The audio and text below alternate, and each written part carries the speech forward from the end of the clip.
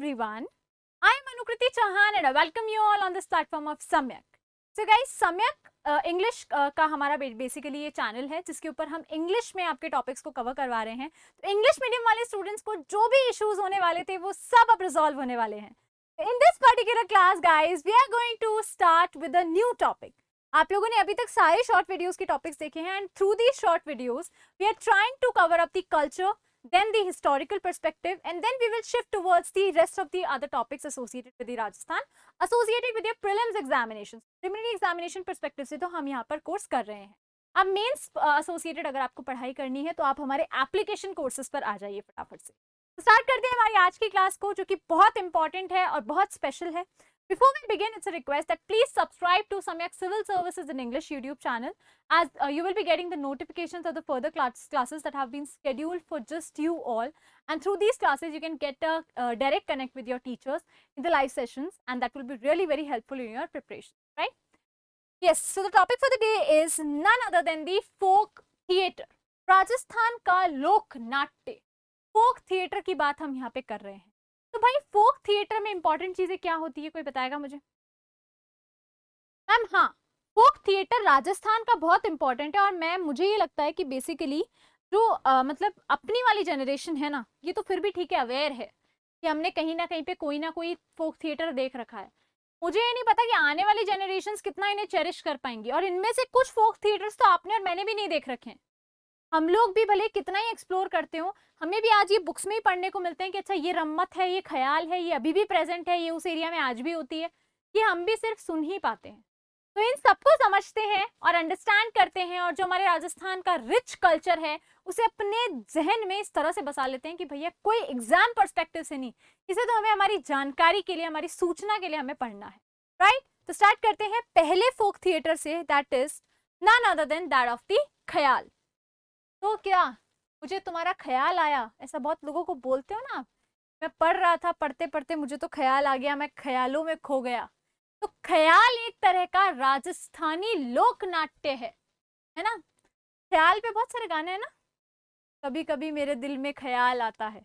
तो ख्याल व्याल भूल जाओ, यहाँ पे जो लोक नाट्य वाला ख्याल है वो जरा याद रखो. तो ख्याल से ये 18वीं सेंचुरी के आसपास का अपना एरा ट्रेस करता है. कब का मानते हैं हम इसको? बोलते हैं कि ये भैया 18वीं सदी के आसपास का ये है.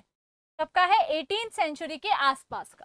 अब इसके अंदर आपके यहाँ पर अगर आप देखेंगे तो माइथोलॉजिकल यानी कि जो आपके भगवान का रेफरेंसेस है वो दिए जाते हैं, प्लस अपने हिस्टोरिक, ऐतिहासिक या इतिहास में जो आपकी रची गई रचनाएं हैं उनको किस तरह से हम डिपिक्ट कर सकते हैं, वो आपका बेसिकली ख्याल से एसोसिएट.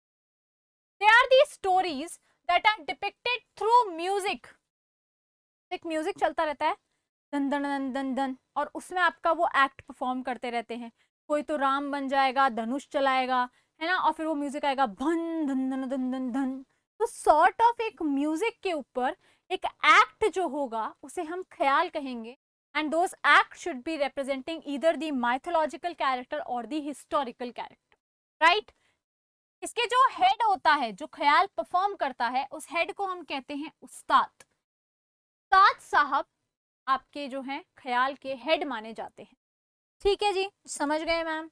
अगला देख लो. तो फिर अगली चीज जो है वो क्या इंपॉर्टेंट है, इसके कैटेगराइजेशन, ख्यालों का कैटेगराइजेशन.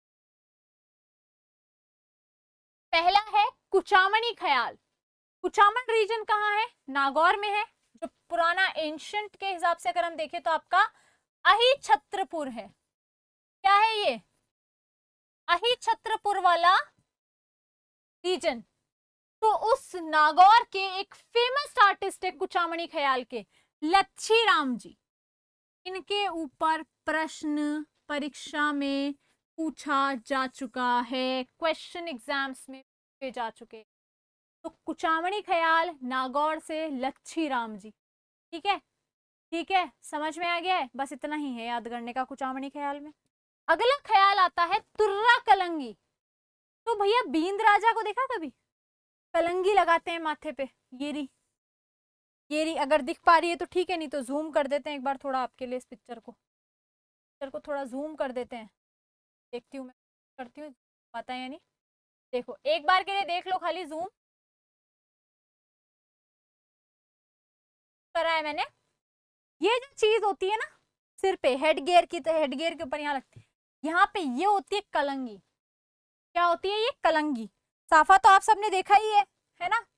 साफा तो आप सबने देखा ही होता है। ये साफे के ऊपर लगती है आपकी कलंगी।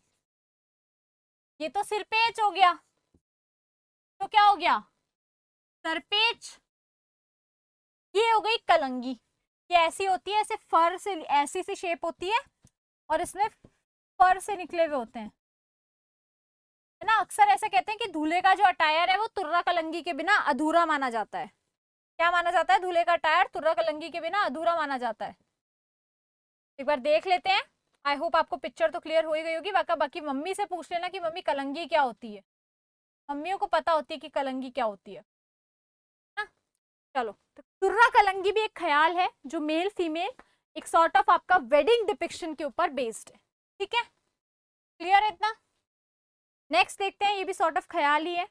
इसका ओरिजिनेशन माना जाता है चंदेरी एमपी से, मध्य प्रदेश के चंदेरी से माना जाता है। ये दो शब्दों को मिलकर बना है, सुकनगिर और शाह अली। सुकनगिर तो हिंदू का है जो शिव को डिपिक्ट करता है, शाह अली मुसलमान है जो पार्वती को डिपिक्ट करते हैं। तो ये शांति और आपके अशांति दोनों का ही एक सिंबल है कि ये दोनों कैसे यूनाइट होके रहते हैं। चंग म्यूजिक होता है, ठीक है, उसके ऊपर ये बजता है चंग, जिसे हम कहते हैं। नीमच एमपी, नींबाहेड़ा चित्तौड़, इन दोनों एरिया के अंदर सबसे ज्यादा परफॉर्म किया गया है। और आर्टिस्ट अगर हम बात करें तो सहेड़ू सिंह। आर्टिस्ट अगर हम बात करें तो सहेड़ू सिंह। सहेड़ू सिंह किसके हो गए? तुर्रा कलंगी के। और अगर हम कुचामणी ख्याल की बात करेंगे तो लच्छी राम जी हो गए। तो दोनों का ही नाम आपको याद करना पड़ेगा आर्टिस्ट का, इनके ऊपर क्वेश्चन एग्जाम में आते हैं। तीसरा आता है शेखावटी ख्याल, दुलिया राणा, सोहन लाल, ये तो हो गए आर्टिस्ट। कहाँ फाउंडर है? फाउंडर है इसके नानूराम जी। तो भैया जैसे लच्छी राम जी याद किए हैं आपने, और आपने बाकी रूलर्स, बाकी आपके रीजन्स के आर्टिस्ट, बाकी फील्ड के आर्टिस्ट भी याद करे हैं, सहेड़ू सिंह जी याद करे हैं, वैसे ही नानूराम जी भी आपको याद करने पड़ेंगे। कहाँ से? आपके शेखावटी ख्याल से।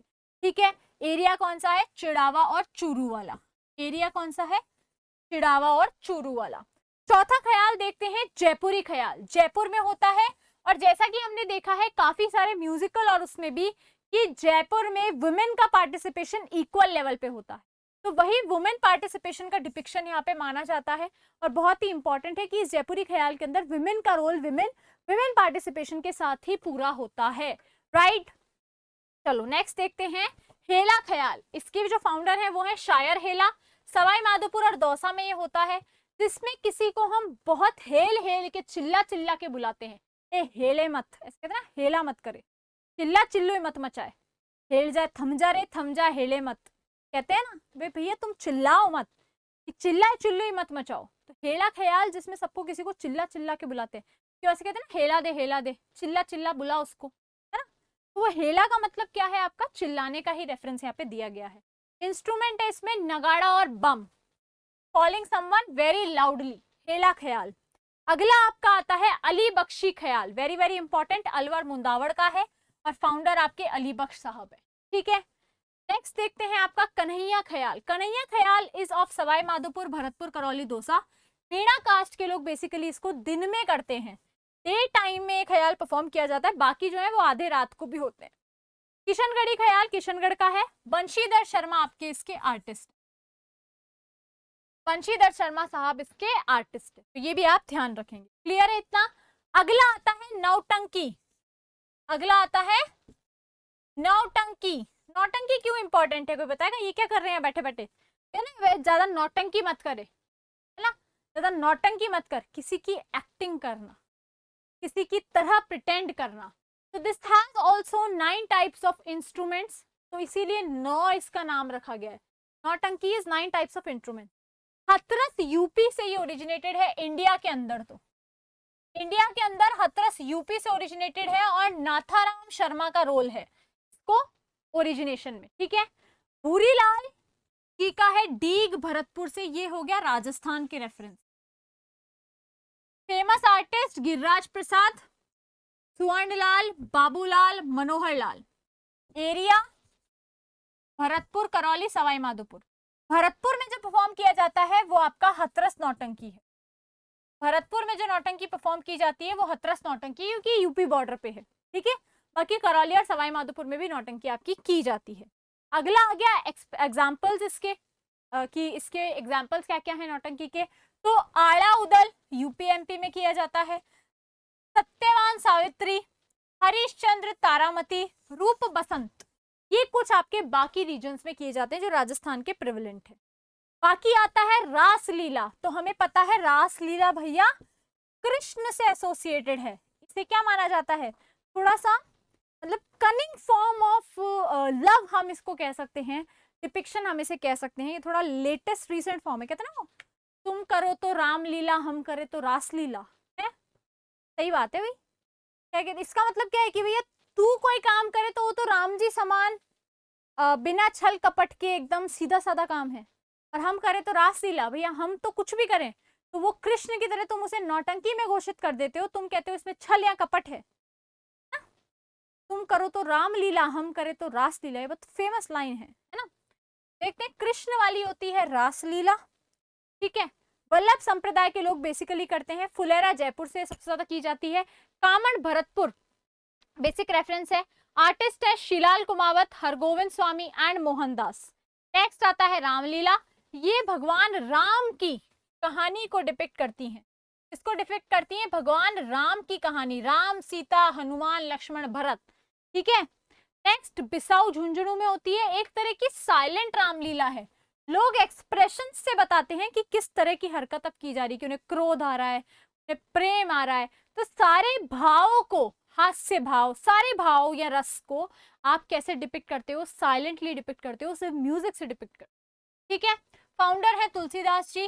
पातुंडा रामलीला है फेमस, जो की है कोटा की।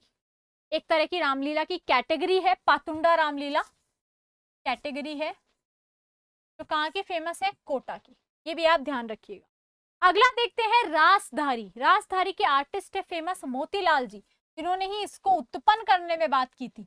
मोर ध्वज जी भी इसके आर्टिस्ट ही हैं और नाग जी भी इसके आर्टिस्ट ही हैं।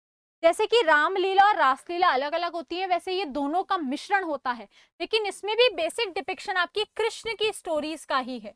कृष्णा स्टोरीज का ही डिपिक्शन इसमें बेसिकली माना गया है। बेत्री नाट्य, बेत्री नाट्य मतलब एक दूसरे के आमने सामने एक दूसरे को सच्चाई व्यक्त करने वाला नाट्य है बेत्री नाट्य, फ्रंट फेसिंग होता है ये, ठीक है। नेक्स्ट देखते हैं हम दंगल। ये दंगल पिक्चर तो सबने देखी है ना, हाँ। अब होएगो दंगल, तो देख लेते हैं दंगल में क्या है। सवाई माधोपुर दोसा टोंक भरतपुर में होता है। हारमोनियम और ढोलक की तान पर होता है। रसिया दंगल डीग भरतपुर का है। कन्हैया दंगल करौली का है। कादरा भूतड़ा गीजगढ़ जयपुर का है। भेंट धौलपुर का है। धप्पाली अलवर भरतपुर का है। तो ये कुछ कैटेगराइजेशन है आपके दंगल के। दंगल के ऊपर क्वेश्चन प्रश्न एग्जाम में आ चुका है और आगे भी पूछा जा सकता है। अगला है कठपुतली। तो भैया अर्डू का पेड़ होता है जिसकी लकड़ी से ये कठपुतलियां बनती हैं और ये कठपुतलियों का नाट्य आपका पूरा किया जाता है। So is this clear guys? I hope आप लोगों को ये सारी जितनी भी हमने लोक नाट्य डिस्कस करे सारे समझ में आ गए होंगे। भले ही वो आपका कठपुतली हो, बेत्री हो, आपका चार बैत हो, चाहे आपका कोई और हो, अभी तक के जितने भी लोक नाट्य आपके हैं ये सारे कवर हो गए हैं। अब आपको याद रखना है कि भैया कुचामणी ख्याल से लच्छी राम जी हैं, तो आपके शेखावटी ख्याल से नानू राम जी हैं, तो भैया दूसरे जो आपके आर्टिस्ट हैं उन सब के ऊपर क्वेश्चन एग्जाम में पूछा जा सकता है। तो एग्जाम और क्वेश्चन को प्रिपेयर करो। जल्दी ही लेकर आऊंगी एक क्वेश्चन सेशन राउंड इन सारे टॉपिक्स के ऊपर, जिसके अंदर हम आपसे पूछेंगे क्वेश्चन और आपको देने होंगे जवाब। तो तब तक के लिए गाइस जुड़े रहिए सम्यक सिविल सर्विसेज इंग्लिश पर मेरे और सम्यक की पूरी टीम के साथ। Thank you so much, have a nice day, bye bye, take care, see you very soon.